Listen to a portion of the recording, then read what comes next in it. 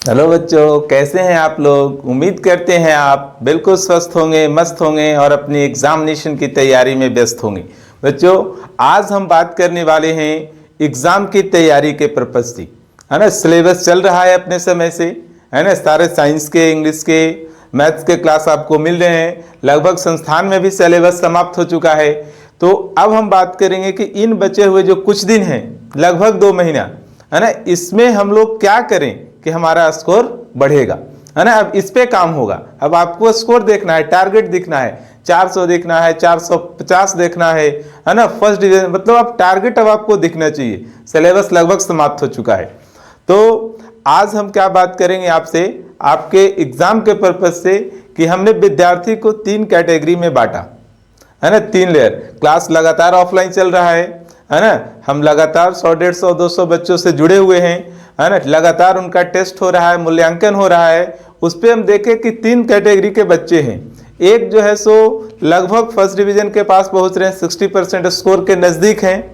दूसरे बच्चे हैं जो 80%, 400 नंबर के आसपास हैं। और कुछ बच्चे हैं जो 400 को पार कर चुके हैं।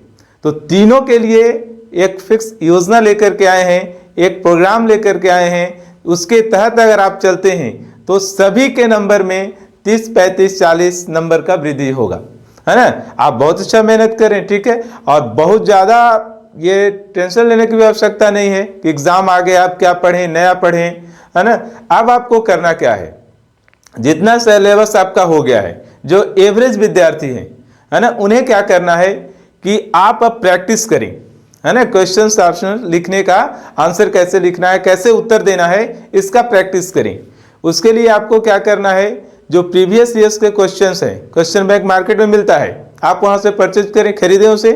और उसमें आप पिछले 7 से 8 साल के प्रश्नों को लिख करके, है ना, जो विद इन टाइम है ना। मैथ में 3 घंटा 15 मिनट है, 2 घंटा 45 मिनट साइंस में है। तो टाइम को देखते हुए आप उसका लिखने का प्रैक्टिस करें, है ना। उससे आपका क्या होगा, लिखने का प्रैक्टिस से आप बहुत अच्छा लिखने लगेंगे। नहीं तो बहुत बच्चे 2.5 घंटा तक बैठ कर लिख नहीं पाते, ये भी एक समस्या है ना। दूसरा है कि ऑब्जेक्टिव के लिए आप लगातार ऑब्जेक्टिव का प्रैक्टिस सेट लगाएं डेली, सभी सब्जेक्ट का। कभी मैथ का लगा लिए, कभी साइंस का, कभी सोशल साइंस का, हिंदी संस्कृत स्कोरिंग सब्जेक्ट है आपका, उसका। अगर आप इतना करते हैं तो इन 2 महीनों में कम से कम आप 40 नंबर एक्स्ट्रा लेकर के आप फर्स्ट डिवीजन को पार कर सकते हैं। और फर्स्ट डिवीजन नहीं लाएंगे तो फिर सेकेंड डिवीजन बताने में भी अच्छा नहीं रहेगा, है ना, कि हमारा मार्क्स 45% है, 55% है ना। सोचो, एक फर्स्ट डिवीजन रहेगा, आपका सेकेंड रहेगा, तो अच्छा नहीं है। तो आप अगर मेहनत करते हैं तो आप फर्स्ट डिवीजन का जो बाउंड्री आपका है उसे आप पार कर सकते हैं, पहली बात। दूसरे, वैसे विद्यार्थी जो 65% के आसपास हैं, है ना, 75, उनको 80 प्लस करना है, 80% को पार करना है। वो क्या करें, आप एनसीईआरटी को फोकस करें, है ना। भारतीय वन किताब खत्म हो गया आपका, स्टूडेंट फ्रेंड से भी आप बना लिए।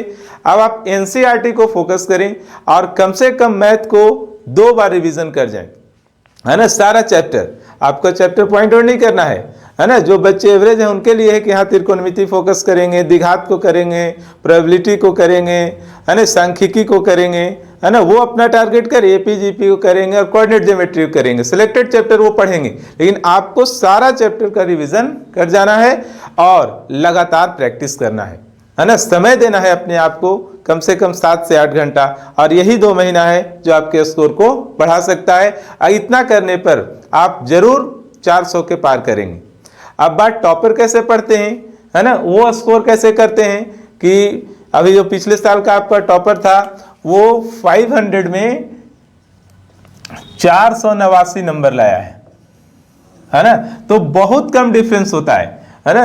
इस क्षेत्र के बच्चे भी, ग्रामीण क्षेत्र के बच्चे भी वो ये स्कोर कर रहे हैं। और ज्यादातर देखा गया कि बिल्कुल आप ही के जैसे होते हैं, है ना। बिल्कुल साधारण परिवार से सरकारी स्कूल में पढ़ते हैं और मेहनत के बदौलत इस स्कोर को वो लाते हैं। तो आप भी ला सकते हैं, है ना। तो लगातार 2 महीना प्रैक्टिस करना है। और जिनका 80% आ रहा है, उनको पता है उनकी कमियां, बस आपको उस पर काम करना है ना। जहां पे प्रॉब्लम है बिल्कुल उसे काम करना है। और जहां पे दिक्कत है ना, उसका लगातार प्रैक्टिस करना है ना। आप टीचर से हेल्प लें, है ना, लगातार कंटिन्यू प्रैक्टिस करने से, और 3 घंटा के सेट हमेशा लेकर के आपको बैठना है डेली, है ना। डेली पॉसिबल है तो डेली एक सेट आपको लगाना ही पड़ेगा।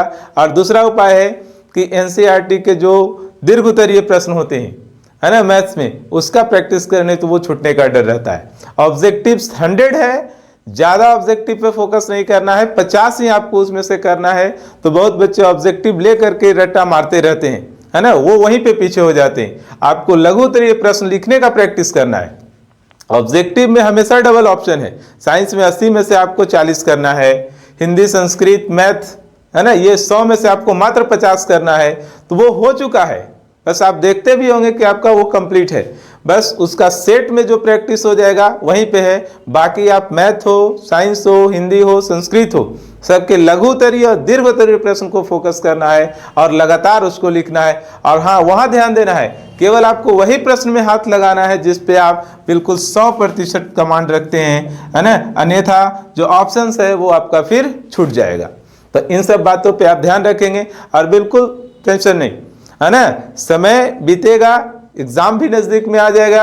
अगर आप इतना करते हैं तो आप में कॉन्फिडेंस होगा, है ना, आपको डर रहेगा नहीं, एग्जाम से डर नहीं लगेगा। लगातार आप सेट बनाते हैं, एक एग्जाम आप डेली दे रहे हैं, अरे वहाँ 6 दिन का एग्जाम है, 5 दिन वाला जो आपका इंपॉर्टेंट है, एक इंग्लिश रहता है, एक एक्स्ट्रा में पेपर आपका, तो एक आप डेली सेट बनाते हैं ना, तो आपके अंदर एक कॉन्फिडेंस रहता है और उसके दम पे आप एग्जामिनेशन में यहाँ पे पहुँच सकते हैं, है ना। ये कोई बहुत, ये जो है सो क्या कह सकते हैं, कहीं सीबीएसई चाहे और कोई अन्य बोर्ड का बच्चा नहीं है, बिल्कुल आपके जैसा है ना, आप ही के क्षेत्र का है। और इसके लिए यहाँ पर प्रोत्साहन राशि भी आपको सरकार की तरफ से दी जाती है। इसका पहले भी हम बता चुके हैं कि अगर बिहार में फर्स्ट रैंक लाते हैं, फर्स्ट रैंक अगर आप ले करके आते हैं, है ना, तो सरकार के द्वारा 1 लाख आपको और प्लस में एक लैपटॉप दिया जाता है ना। किस लिए दिया जाता है? प्रोत्साहन है, ऐसे बच्चों को मोटिवेशन मिलेगा इससे, और वो भी इस लक्ष्य को प्राप्त करना चाहेंगे, है ना। दूसरा, अगर आप सेकंड लेकर के आ जाते हैं, सेकंड डिवीजन नहीं समझ जाना कि सेकंड डिवीजन वाले को, बिहार में सेकंड टॉपर, है ना, वहाँ से अगर है तो इन्हें भी 75,000 रुपया दिया जाता है और साथ में आगे की पढ़ाई के लिए एक लैपटॉप भी दिया जाता है ना। अगर आप फिर थर्ड डिवीजन नहीं समझना है आपको कि थर्ड डिवीजन ले आया 50,000 रुपया मिल जाएगा, है ना। ये 50,000 और प्लस में एक लैपटॉप, सरकार भी आप जो है सो बच्चों को उत्साहित करती है। और ये जो है सो शैक्षणिक नियम का एक है कि जो मूल्यांकन हो और मूल्यांकन के बाद उसे प्रोत्साहन भी करना है ना। एग्जाम के बाद रिजल्ट भी मिलता है, रिजल्ट का परिणाम ये रहेगा। और 4th नंबर से लेकर के 10th नंबर तक, है ना, जो बच्चे स्कोर करेंगे टॉप 10 में, है ना, उनको 10,000 रुपया मिलेगा सरकार के द्वारा और साथ में एक लैपटॉप भी दिया जाएगा। तो एकदम बिल्कुल आपको अब तैयार हो जाना है और एग्जाम को टारगेट